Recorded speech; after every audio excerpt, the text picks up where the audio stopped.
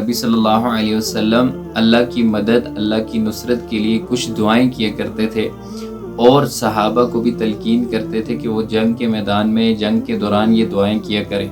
ان میں سے چند دعائیں جو معروف تھی، وہ پہلی دعا اللہم منزل الکتاب، اے کتاب کو نازل کرنے والے، مجری السحاب، بادلوں کو چلانے والے، ہازم الاحزاب، لشکروں کو شکست دینے والے، اہزمہم، تو انہیں شکست دے، وانصرنا علیہم، اور ان کے خلاف ہماری مدد فرما۔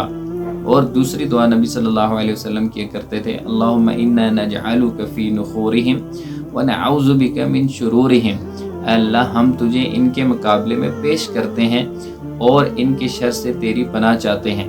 یہ دو دعائیں نبی صلی اللہ علیہ وسلم نے صحابہ کو سکھائی، ہم سب کو یہ دعا ضرور کرنی چاہیے، اور اس کے ساتھ ساتھ جو قرآن کی ایک آیت ہے اس کو ہمیں ضرور پڑھنا چاہیے، جو آپ نے دیکھا ہوگا کہ فلسطین کے مسلمان بھی پڑھتے ہیں۔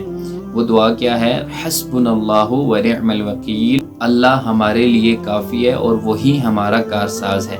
اس لیے یہ دعائیں اور یہ قرآن کی آیت آپ کثرت پڑھیں تاکہ اللہ تعالی ہم سب کی حفاظت فرمائے۔ جزاکم اللہ خیرا۔